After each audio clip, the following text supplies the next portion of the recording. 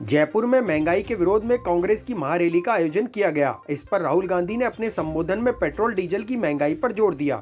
वहीं पलटवार करते हुए भाजपा नेताओं ने अपनी प्रतिक्रिया दी। प्रतिपक्ष उपनेता राजेंद्र राठौड़ ने कहा कि राहुल गांधी हिंदू और हिंदुत्व को समझाने में लगे रहे। वहीं उपमहापौर नीरज जैन ने राहुल गांधी पर जोरदार निशाना साधा। दक्षिण विधायक अनीता बघेल ने पलटवार करते हुए कहा कि राजस्थान में सबसे ज्यादा पेट्रोल डीजल ही महंगा है। रचित कछावा ने कहा कि कांग्रेस ने किसानों का कर्जा अभी तक माफ नहीं किया है। अपने बहुप्रचारित और बहुप्रतीक्षित राष्ट्रीय रैली का अंजाम दिया है। राज्य के मुख्यमंत्री सहित प्रदेश कांग्रेस के प्रभारी और प्रदेश कांग्रेस के अध्यक्ष लगातार ये दावा करते रहे कि लाखों लोग राजधानी के अंदर प्रदेश भर से आएंगे। सरकार की पोल तो उस समय खुल गई जब उन्होंने मात्र 24,000 कुर्सियां लगाकर रैली में आने वाले लोगों के लिए इंतजाम किया। पूरी सरकारी मशीनरी का दुरुपयोग, सरकार के तमाम आरटीओ डीटीओ गाड़ियां पकड़ने में लगे। वाहन स्वामियों पर एक तरह से जबरदस्ती उनके वाहनों को बिना परमिट के, बिना टेम्परेरी परमिट के बड़ी संख्या के अंदर वाहन राजधानी में आए। मोटर व्हीकल एक्ट का खुला उल्लंघन हुआ और आज पूरे राजधानी के अंदर यातायात ठप रहा। राजधानी की 1200 से ज्यादा सिटी मिनी बसें जबरन अधिकृत की गई। अगर रैली के अंदर उपस्थित लोगों से वाहनों की तुलना करें तो मैं कह सकता हूं कि कांग्रेस की ये फ्लॉप रैली जबरन लाए हुए सरकारी मशीनरी के दुरुपयोग से लाए गए वाहनों की रैली थी। और चंद वो लोग जो आंगनबाड़ी के अंदर, नरेगा के अंदर काम में ले रहे थे, उनको सरकारी अधिकारियों को द्वारा बुलाया गया। और पहली बार रैली के अंदर कांग्रेस की सर्वाधिक बड़ी नेता, लोकप्रिय नेता, कांग्रेस की राष्ट्रीय अध्यक्ष, कार्यवाहक राष्ट्रीय अध्यक्ष सोनिया गांधी बिना भाषण दिए और रैली में भाग उन्होंने लिया। कांग्रेस के बड़े नेता राहुल गांधी लगभग 30 मिनट उन्होंने भाषण दिया और 18 मिनट अपना भाषण उन्होंने हिंदू और हिंदुत्व की परिभाषा पर दिया। इससे पहले हिंदुत्व की परिभाषा पर सलमान खुर्शीद हिंदुत्व को आईएसआई और अत्यंत कट्टरपंथियों से तुलना कर चुके थे। उसी बात को आगे बढ़ाते हुए उन्होंने हिंदुत्व के शब्द की व्याख्या करते हुए कहा कि जो लोग कट्टरपंथियों, मौकापरस्तियों, सत्ता हथियाने के लिए कुछ भी कर सकते हो, जो अवसरवादी हो, जो असत्य बोलने वाले हो, वो सारे के सारे हिंदुत्ववादी है। आप सबको मालूम है 2005 में जब पूरे देश के अंदर ये बहस चली थी तो हिंदू और हिंदुत्व की परिभाषा की थी देवसम मंदिर के प्रकरण के अंदर। तब संवैधानिक पीठ ने कहा था हिंदू और हिंदुत्व इन दोनों शब्दों में ये जीवन शैली के साथ जुड़े हुए शब्द हैं। और उस समय सर्वोच्च न्यायालय की संवैधानिक पीठ ने कहा था कि हिंदुत्व को आतंकवादी और कट्टरपंथियों के साथ जोड़कर नहीं उसकी व्याख्या की जानी चाहिए। नई व्याख्या उन्होंने की। पूरे भाषण में अपने आप को हिंदू प्रमाणित करने के लिए बार बार उन्होंने बातें कही।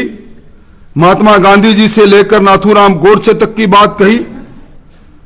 और मैं समझता हूं कि उन्होंने एक आत्मा और एक शब्द की बात कही। शायद उन्हें पता नहीं, हमारी हिंदू माइथोलॉजी में अर्धनारेश्वर को सबसे बड़ा हम आराध्य मानते हैं।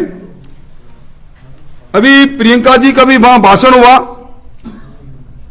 प्रियंका जी राजस्थान में दूसरी बार आई है।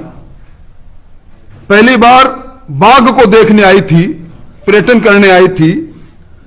यूपी के अंदर जब कभी बलात्कार हुआ, महिला उत्पीड़न हुआ, तथाकथित उन मामलों को लेकर आंदोलन की बात करती रही, पर राजस्थान में कभी उन्होंने इस ओर नहीं देखा।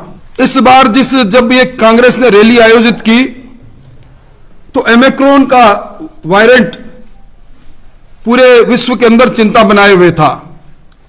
1 दिसंबर को राज्य के मुख्यमंत्री अशोक गहलोत जी ने केंद्र सरकार से कहा था कि तीसरा लहर आ रही है, नया वायरेंट ओमिक्रॉन आ रहा है, इसलिए बूस्टर डोज का इंतजाम करें। और उसके बाद 15 दिन पहले उन्होंने विदेशों से ओमिक्रॉन वायरेंट के फैलाव की चिंता की। आज राजस्थान के अंदर, राजधानी के अंदर सर्वाधिक इमिग्रेंट के केस पाए गए और राज्य के कांग्रेस के मुखिया पीसीसी के चीफ गोविंद डोटासरा जी ने कहा, प्रियंका जी ने अपने भाषण में की, centre for monitoring Indian economics की वो सर्वे जो कहता है हिंदुस्तान में राजस्थान में बेरोजगारी दर दूसरे नंबर पर है, 29.6 है। और जब यहां चीख चीख कर बेरोजगारी की बात कर रहे थे, ठीक उसी समय शहीद स्मारक पर राजस्थान के वो लोग जिनसे वादा किया गया था, वो लोग जो पैरा टीचर, जो लोग सुविधा कर्मी के रूप में अपनी नौकरियां दे चुके हैं सरकार को, वो वहां सरकार का मातम मना रहे थे। ऐसी सरकार जिसमें पेपर लीक होना, पेपर माफिया का पनपना और बेरोजगारी की बात करें, मैं समझता हूं कि कुछ काम आज राहुल गांधी जी ने राजस्थान की कांग्रेस पार्टी के और उनके मुखिया को दिया है। राजस्थान के अंदर महंगाई के विरुद्ध में रैली और उस प्रदेश में रैली जिस प्रदेश के अंदर देश के अंदर महाराष्ट्र के बाद सर्वाधिक वेट पेट्रोल और डीजल पर हो, जिस देश के अंदर 100 यूनिट घर की बिजली जो उपभोग करता है उस पर 8 रुपए 31 पैसे सर्वाधिक बिजली की दरें हो, जिस देश के अंदर कॉमर्शियल बिजली आज उस कॉमर्शियल बिजली भी 8 रुपए 63 पैसे सर्वाधिक हो, और जिस प्रदेश के अंदर सर्वाधिक मंडी टैक्स और उसका सेस मिलाकर 2 रुपए 61 पैसे हो, वहां महंगाई की बात पर आज गाल बजाकर कांग्रेस के बड़े आला नेता गए हैं। हमारी मांग है, भाजपा शासन के अंदर पेट्रोल और डीजल पर जो वेट था, डीजल पर 18%, पेट्रोल पर 26%, इस दर पर सरकार वेट को लेकर आए। अगर सरकार वास्तव में महंगाई के विरुद्ध, आज उन्होंने देशव्यापी एक साझा आंदोलन की बात कही। भारतीय जनता पार्टी के समय में जो घरेलू उपभोक्ता को 100 यूनिट खर्च करने पर 4 रुपए 31 पैसे में बिजली मिलती थी, उस दर पर लेकर आए, और जो सेस इन्होंने 50 पैसा मंडी टैक्स पर बढ़ाया उसको रोल बैक करें, तब तो समझ में आता। और मैं समझता हूं कि ये सारी बातें ये सिद्ध कर रही हैं कि कांग्रेस सरकार के लोग सिर्फ अपने बड़े नेताओं के सामने जी हजूरी करके अपने नंबर बढ़ाने के लिए उन्होंने इस प्रकार का काम किया। कांग्रेस पार्टी में राहुल गांधी जी ने कर्जे माफी की बात भी अपने भाषण में कही। 3 वर्ष 16 दिन पहले 26 नवंबर 2018 को राजस्थान की सरजमी पर आकर उन्होंने 10 दिन में कर्जा माफ करने की बात कही थी। आज भी राजस्थान में 22 लाख किसान ऐसे हैं जिन्होंने राष्ट्रीयकृत बैंकों से, वाणिज्यिक बैंकों से, उस समय जो इनकी कट ऑफ डेट थी 31 मार्च 2018 को 22 लाख किसानों ने ऋण ले रखा था, कृषि का ऋण ले रखा था, फसली ऋण ले रखा था। सरकार के मुखिया ने विधानसभा में 3 बार कहा कि हम इसके लिए वन टाइम सेटलमेंट करेंगे। कल्ला कमेटी बनी। आज कल्ला कमेटी एक तरह से दफ्तर दाखिल हो चुकी है और इन किसानों की जमीन ही नीलाम हो रही है, क्योंकि किसानों ने सरकार के झांसे में आकर अपनी फसल का जो ऋण ले रखा था वो जमा कराया नहीं और चक्रवृद्धि ब्याज आकर उनकी होगी। राहुल गांधी जी ने पंजाब सरकार की बहुत बड़ाई की और उन्होंने कहा कि वहां किसान आंदोलन में जो 400 किसान शहीद हुए उनको 5 लाख रुपए और 1,152 लोगों को रोजगार दिया। मैं मांग करता हूं कि जब राहुल गांधी ये कह रहे हैं तो निश्चित तौर पर राजस्थान की सरकार भी, जिन किसानों ने इस सरकार के आने के बाद कर्जे में डूबे होने के कारण आत्महत्या की है, उनको भी सरकार 5 लाख का मुआवजा और नौकरी देने की बात करे तो समझ में आता है। किसान की बात भी आज हुई। जब इन्होंने जन घोषणा पत्र बनाया था, जिस जन घोषणा पत्र को पहली कबीना की बैठक में रखकर सरकारी दस्तावेज का रूप दिया गया था, उसमें प्रश्न संख्या 3 पर इन्होंने राजस्थान के किसानों से वादा किया था कि उनकी फसल का उचित मूल्य दिलाने के लिए और न्यूनतम समर्थन मूल्य पर फसलों की खरीद की पुख्ता व्यवस्था करेंगे। आज सरकार से राजस्थान का किसान पूछता है कि आपकी सरकार की आधे से ज्यादा उम्र चलेगी, सरकार ने क्या प्रयास किया? इन्होंने महंगाई रोकने के लिए भी अपने घोषणा पत्र में कहा, और घोषणा पत्र में इन्होंने कहा कि वो राजस्थान के अंदर महंगाई को रोकने के लिए कारगर कदम उठाएंगे। मैं समझता हूं कि उसके बारे में भी सरकार अच्छा रहता कि आज सरकार के मुखिया मंच से घोषणा करते। घोषणा पत्र के पृष्ठ संख्या 38 में बिंदु संख्या 49 में इन्होंने कहा महंगाई नियंत्रण हेतु आवश्यक और प्रभावी कदम उठाएंगे। यह सरकारी दस्तावेज जो इन्होंने जन घोषणा पत्र को बनाया उसमें लिखा है। तो सवाल इस बात का है कि इतनी बड़ी रैली इन्होंने महंगाई के लिए विरुद्ध में की, तो अपना रोड मैप 3 साल गुजर जाने के पश्चात सरकार का क्या था, इसके बारे में सरकार बताती तो बड़ा अच्छा रहता। अडानी अंबानी की बहुत बातें कही गई। इन पूंजीपतियों को जो भी इनके व्यापार को बढ़ाने के लिए केंद्र सरकार को आरोपित किया गया, राहुल जी ने किया।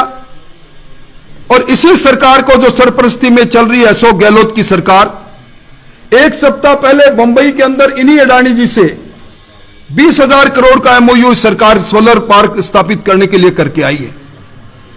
आज तक यह सरकार अडानी ग्रुप के साथ 40,000 करोड़ के एलओआई जारी कर चुकी है। मैं सरकार से पूछ रहा हूं कि अगर अडानी जी से इतनी नफरत है और अगर अडानी के साथ किया गया सारे व्यापार में केंद्र सरकार को आप उनकी मंशा पर शक होता है, उसमें भ्रष्टाचार की बू आती है, तो ये जो 20,000 करोड़ के एमओयू आपने 1 सप्ताह पहले बंबई में एक समारोह करके किए, उसमें उन अडानी जी को के साथ क्यों किए? और ये 40,000 करोड़ के एलओआई जो आपने इन 3 सालों में किए, इसके पीछे क्या कहानी है? यह सवाल भी खड़ा होता है कि आपने 5,200 करोड़ पे कवाई थर्मल पावर स्टेशन जो अडानी जी का है उसके अंदर लौटाने के लिए 5 पैसा प्रति यूनिट पर राजस्थान के 1,52,00,000 उपभोक्ताओं पर यह जज्जिया कर क्यों लगा रखा है? कुल मिलाकर मैं ये कह सकता हूं कि ये रैली जिस मकसद से बुलाई गई थी, ये महंगाई के विरुद्ध में महंगाई हटाने के लिए नहीं, ये अपने आकाओं को खुश करने के लिए सरकार की मशीनरी का दुरुपयोग करके एक फ्लोप रैली है। और जिस प्रकार के हिंदुत्ववादी के बारे में राहुल जी ने जो व्याख्या की है, यह जीवन शैली से जुड़ा हुआ जो विषय जिस पर सर्वोच्च न्यायालय की संवैधानिक पीठ कह चुकी है, यह उन सब लोगों का अपमान है जो अपने आप को हिंदू और हिंदुत्ववादी समझते हैं। उनकी भावना के साथ चोट करने का काम इन्होंने किया है। और इस फ्लोप रैली के अंदर लोग उम्मीद करते थे कि जब देश में महंगाई हटाओ की बात चलेगी तो राजस्थान में महंगाई हटाने के लिए जो वादा जन घोषणा पत्र में सरकार ने किया था, अपना एक रोड मैप निश्चित तौर पर देंगी। कुल मिला के मोटे तौर पर मुझे इतनी बातें कहनी थी। और मैं ये कह सकता हूं कि ये जो सरकार के अब जश्न मनाने की तैयारी हो रही है, कुल मिला के सरकार फ्लॉप सरकार का फ्लॉप शो रहा। और हम ये भी चाहते हैं कि जो 833 रुपया का जो किसानों को पहले 10 horsepower तक किसानों को जो अनुदान मिलता था सरकार ने वापस लिया, उसको वापस जारी करे। और आज महंगाई के विरुद्ध में पेट्रोल और डीजल की बात जो राहुल गांधी ने कही अपने भाषण में, उसके अनुसार सरकार अपने वेट को कम करे और सरकार अपना रोड मैप रखे राजस्थान के अवाम के लिए, क्योंकि वो भी एक सरकार प्रदेश की सरकार की सरपरस्ती कर रहे हैं कि उनका क्या रोड मैप है महंगाई को कम करने में। बहुत बहुत धन्यवाद। कांग्रेस की महंगाई हटाओ रैली मजाक बन करके रह गई। राजस्थान में सबसे ज्यादा महंगा तेल, सबसे ज्यादा महंगी बिजली जिस प्रदेश में है देश भर में, उसमें महंगाई हटाओ रैली करने वाले राहुल गांधी और सोनिया गांधी जी, प्रियंका गांधी जी, मैं कहना चाहूंगा कि पहले आप अशोक गहलोत को हटाइए, महंगाई अपने आप कम हो जाएगी। और निश्चित रूप से जिस प्रकार से राजस्थान में महिलाओं पर अत्याचार, भ्रष्टाचार, बढ़ती महंगाई, इसके लिए राजस्थान अव्वल नंबर पे है। तो मुझे लगता है कि इनकी रैली केवल मजाक के लिए और जनता के मनोरंजन के लिए थी। अपने कार्यकर्ताओं को और जो नरेगा के मजदूर हैं उनके लिए वो रैली थी। और उस रैली का उपयोग मुझे लगता है कि राजस्थान की जनता के लिए कहीं नहीं आने वाली। अगर इतना ही गंभीर राहुल गांधी हैं, पहले अशोक गहलोत को हटाए, बिजली की दरें कम करें, पेट्रोल और डीजल की दरें कम करें, किसानों का जो कर्जा माफ करने की बात है उसको पूरा, उस वादे को 3 साल में पूरा करें, बेरोजगारों को भत्ता दें और महिलाओं को सुरक्षा दें, तब जाकर के ये उनकी रैली की कोई सार्थकता नजर आती है। नहीं तो जिस प्रकार पिछली बार 5-7 साल पहले इन्होंने इसी प्रकार की एक रैली की थी और रैली के बाद जब चुनाव हुए तो ये कांग्रेस सीधे 21 सीटों पर चली गई थी। मुझे लगता है इस बार 21 से भी कम सीटें कांग्रेस को मिलेगी। राजस्थान में आज कांग्रेस की रैली महंगाई के विरोध में होने वाली है, पर मुझे बहुत अफसोस भी होता है और हंसी भी आती है। क्या कांग्रेस के नेताओं ने ये मान लिया है कि जनता बहरी और गूंगी है और नासमझ है? क्या उन्हें नहीं मालूम कि राजस्थान में सबसे महंगी बिजली कांग्रेस की सरकार की देन है? राजस्थान में पेट्रोल और डीजल सबसे महंगा है और यही राहुल गांधी जी, जो आज से 3 साल पहले 10 तक की गिनती गिन के गए थे कि 10 दिन में किसानों का कर्जा माफ करेंगे, ऐसे 64 लाख किसान आज भी इंतजार में है 3 साल बाद भी कि कब उनका कर्जा माफ होगा। ये सबसे अच्छी कॉमेडी करने वाले हैं और कॉमेडी के नाते से ही यहाँ राजस्थान के जयपुर में आ रहे हैं। मैं कांग्रेस के नेताओं को ये पूछना चाहती हूँ कि आप 25 लाख युवाओं को बेरोजगारी भत्ता देने की बात कर रहे थे, प्रियंका गांधी महिलाओं की बात कर रही हैं, यूपी में महिलाओं की बात कर रही है, नौकरी देने की बात कर रही है, पर जब राजस्थान के बेरोजगार युवा यूपी में जब आपसे मिलना चाहते हैं तो आप उनसे मिलती नहीं है। राजस्थान में सरकार बनाने के बाद आप भूल गए कि वो 24 लाख लोग बेरोजगार लोग, उनको आपको महंगाई भत्ता देना है, आपको उनको बेरोजगारी भत्ता देना है, वो आप क्यों नहीं दे रहे हैं? बहुत अफसोस, बहुत अफसोस। और इसी हवाई के नाते से कांग्रेस ने अपनी जड़ें जो है वो उखाड़ दी हैं। अब कांग्रेस पर से जनता का विश्वास उठ गया है, इसलिए कांग्रेस के कार्यकर्ताओं की रैली हो सकती है, परंतु ये आम लोगों को भ्रम में डालने का काम कर रही है कांग्रेस की सरकार। और आम लोग अब भ्रम में आने वाले नहीं हैं। आम लोग अब 70 सालों तक जो आपके भ्रम में आते थे, अब लोग बहुत जागरूक हो गए हैं। इसलिए अशोक गहलोत जी को नसीहत देना चाहती हूँ कि अशोक गहलोत जी, आप राजस्थान की बिजली कम कर दीजिए, महंगाई अपने आप कम हो जाएगी। आप राजस्थान में पेट्रोल और डीजल पर जो वैट लगाया वो कम कर दीजिए, महंगाई अपने आप कम हो जाएगी। किसानों का कर्जा आप माफ कर दीजिए, आप बेरोजगारों को बेरोजगारी भत्ता दे दीजिए, अपने आप राजस्थान में महंगाई कम हो जाएगी। आपको जो कदम उठाने हैं वो आप उठाइए से जल्दी, ताकि राजस्थान की जनता को राहत मिल सके। कांग्रेस ने जो आज महंगाई हटाओ महारैली करी, वो कहीं ना कहीं मजाकिया रैली बनकर के मात्र रह गई है, क्योंकि कांग्रेस के अंदर जो आज रैली थी उसके अंदर लोगों ने ये कहा कि कांग्रेस हटाओ महारैली इसको नाम दिया जाना चाहिए, क्योंकि राजस्थान के अंदर जो पेट्रोल डीजल की रेट है वो पूरे देश के अंदर सबसे ज्यादा है। कांग्रेस को सबसे पहले उसको खत्म करना चाहिए था, उसके बाद इस प्रकार की रैली करने का सपना देखना चाहिए। दूसरी बात अगर लें कि पिछली बार जब राहुल गांधी जी राजस्थान आए थे तो उन्होंने कहा था 1, 2, 3, 4, 5 हम किसानों को कर्जा माफ कर देंगे, वो आज दिनांक तक कर्जा माफ नहीं हुआ। ऐसी स्थिति के अंदर कांग्रेस को इस प्रकार की रैली करने से पहले एक रैली करनी चाहिए थी जिसका नाम रखना चाहिए था कांग्रेस हटाओ महारैली, क्योंकि इन्होंने जब भी जो भी बातें रैली में कही है उनको कभी पूरा नहीं किया। आज बेरोजगारी भत्ते के लिए आवेदन पेंडिंग पड़े, वो आवेदनों पे आज तक कोई सुनवाई नहीं हुई है, लोगों को बेरोजगारी भत्ता नहीं मिला है, सिर्फ कागजों के अंदर और भाषणों के अलावा। और इसी प्रकार से पेट्रोल डीजल के दाम आज पूरे भारत के अंदर सबसे ज्यादा है, इनको पहले उनको कम करना चाहिए था, फिर इस प्रकार के बयान।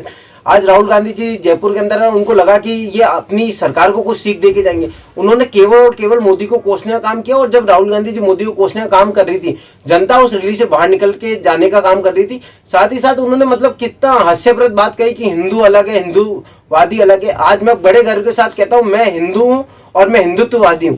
हिंदू और हिंदुत्व एक है, हिंदू होना अपने आप में गर्व का विषय, और मैं गर्व से कहता हूं कि हाँ मैं हिंदू और मैं हिंदुत्ववादी हूं।